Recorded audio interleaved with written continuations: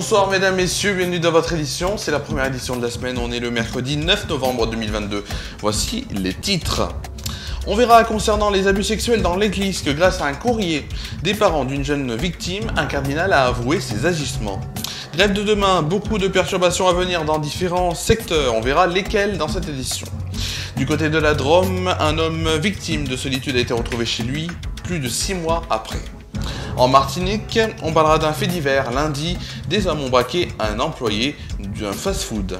La météo et l'éphéméride en fin d'édition. C'est la fin des titres de votre édition. On est le mercredi 9 novembre 2022.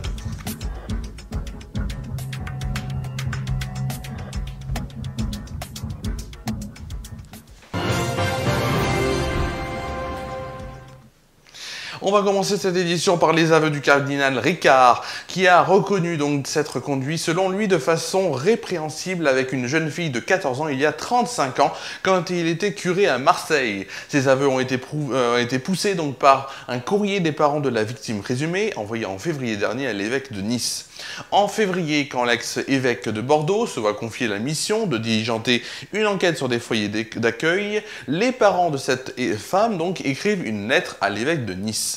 Le communiqué du parquet de Marseille indique: à la suite de ce courrier, Monseigneur Ricard aurait reconnu auprès de ce prélat avoir embrassé il y a plus de 40 ans la fille de ce couple. La procureure donc précise que l'évêque de Nice a appris plus tardivement donc la minorité de la jeune fille et a alors pris la décision de transmettre l'information à la justice. Le courrier a ainsi été transmis au parquet le 24 octobre dernier. Une enquête préliminaire a été ouverte par le parquet de Marseille pour agression sexuelle aggravée.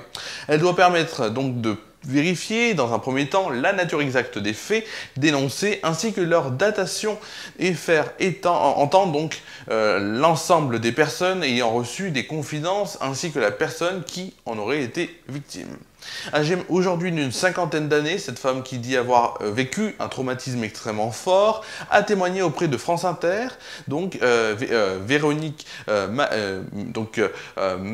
auprès donc de France Inter, Véronique Magron, donc la présidente de la conférence de religieux, des religieux donc et religieuses de France, qui s'est entretenue avec elle.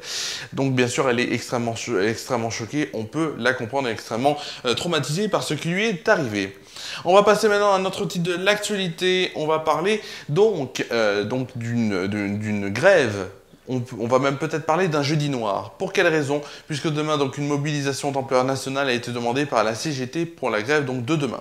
Que ce soit dans la santé, l'éducation ou le service pourrait donc être perturbé à l'école, notamment dans le périscolaire, dans plusieurs villes. Selon donc sur le site internet de la ville du Havre, ils annoncent donc par exemple que les accueils périscolaires matin et soir et ou cantines de certaines écoles du Havre ne seront pas assurés demain. Ou encore dans les transports, où 7 lignes du métro seront fermées à Paris. Seules les lignes 1 et 14, qui sont totalement automatisées, fonctionneront normalement. Le RER sera aussi perturbé puisqu'un train sur 3 circulera sur la ligne 1, la ligne A même, et un train sur 2 sur la ligne B. Aux heures de pointe, localement aussi, il risque d'avoir des perturbations, mais on ne peut pas en être totalement sûr. Pour autant, la CGT paraît isolée. Pourquoi? Car si FO, Solidaire et la FCU s'étaient joints à l'appel donc à manifester le 18 octobre dernier, la centrale de Montreuil est cette fois-ci le seul syndicat donc de salariés à apporter donc et à appeler à participer à cette journée. La FCU est solidaire, appelant seulement localement à rejoindre les cortèges. Une actualité maintenant locale avant d'aller en Martinique. On va aller du côté de Valence où un agent de l'office HLM de Valence a donné l'alerte hier. Un locataire ne payait plus ses factures depuis plusieurs mois.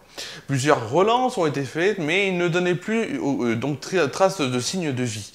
L'agent a contacté donc les sapeurs-pompiers qui ont fait une terrible découverte, le corps sans vie d'un homme de 70 ans. Selon les premières constatations, il serait décédé depuis 6 mois et ne semblait fréquenter personne, ni voisinage, ni famille, ni amis. Il serait décédé donc de façon naturelle. On va maintenant parler d'une autre actualité. On va même aller en Martinique où lundi soir, un nouveau vol à main armée a eu lieu dans un fast-food de Saint-Esprit.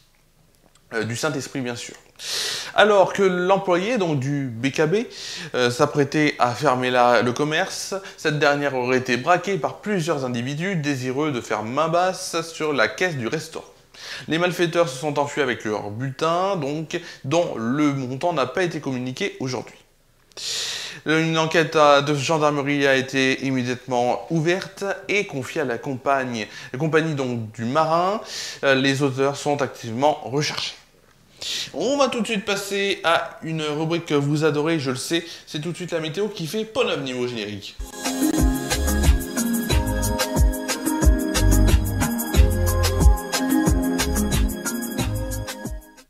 La météo, on va la voir tout de suite.